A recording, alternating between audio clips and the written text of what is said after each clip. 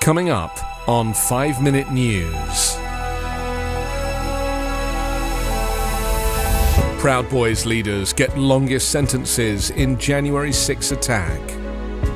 Election workers receive threats of lynching, US government says. And dozens killed in Johannesburg apartment block fire. It's Friday, September 1. I'm Anthony Davis. Two former leaders of the far-right Proud Boys extremist group were sentenced to more than a decade each in prison yesterday for spearheading an attack on the US Capitol to try to prevent the peaceful transfer of power from Donald Trump to Joe Biden after the 2020 election.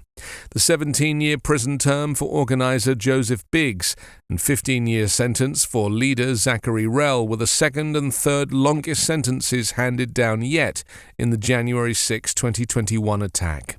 They were the first Proud Boys to be sentenced by U.S. District Judge Timothy Kelly, who will separately preside over similar hearings of three others who were convicted by a jury in May after a 4-month trial in Washington that laid bare the far-right extremists' embrace of lies by Trump that the 2020 election was stolen from him.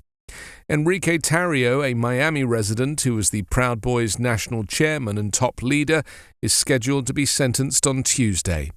Tarrio wasn't in Washington on January 6. He had been arrested 2 days before the Capitol riot on charges that he defaced a Black Lives Matter banner during an earlier rally in the nation's capital, and he complied with the judge's order to leave the city after his arrest. He picked Biggs and Proud Boys chapter president Ethan Nordian to be the group's leaders on the ground in his absence, prosecutors said. Rell, Biggs, Tarrio and Nordin were convicted of charges including seditious conspiracy, a rarely brought Civil War-era offence. A fifth Proud Boys member, Dominic Pezzola, was acquitted of seditious conspiracy but convicted of other charges. More than a dozen people nationally have been charged with threatening election workers by a Justice Department unit trying to stem the tide of violent and graphic threats against people who count and secure the vote. Government employees are being bombarded with threats even in normally quiet periods between elections, secretaries of state and experts warn. Some point to disgraced former President Donald Trump and his allies repeatedly and falsely claiming the 2020 election was stolen and spreading conspiracy theories about election workers. Experts fear the 2024 election could be worse and want the federal government to do more to protect election workers.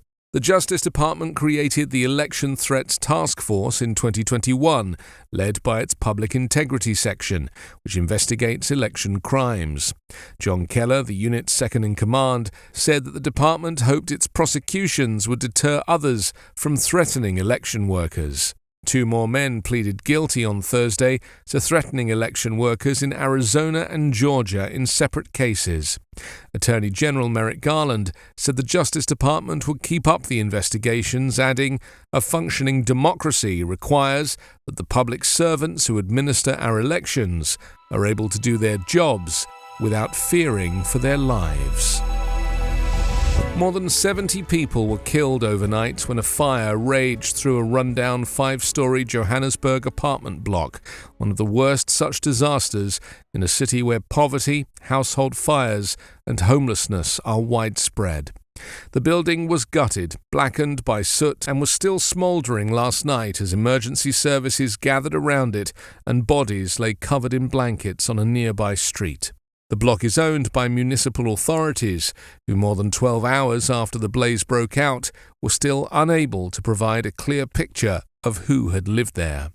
One official said some rooms had been rented out by criminal gangs in a so-called hijacked building. Johannesburg officials initially suggested the building had been occupied by squatters, but the head of the Human Settlements Department for the Gauteng province, which includes Joburg, said some of those who died may have been renting from or were being extorted by criminal gangs. There are cartels who prey on vulnerable people because some of these buildings, if not most of them, are actually in the hands of those cartels who collect rent from the people, he said. A sign at the entrance of the block identified it as a heritage building from South Africa's apartheid past, where black South Africans came to collect their dompas, documents that would enable them to work in white-owned areas of the city. Johannesburg remains one of the most unequal cities with widespread poverty, joblessness and a housing crisis. It has about 15,000 homeless people, according to the Gauteng government. Household fires are common in Johannesburg, especially in poor areas. One of the poorest townships, Alexandra, has seen hundreds of homes razed in several fires over the past 5 years. The city suffers from chronic power shortages, during which many resort to candles for light, and wood fires for heat. Authorities said the cause of the fire was still under investigation. 5 Minute News is an Evergreen podcast covering politics, inequality, health and climate, delivering independent, unbiased and essential world news daily.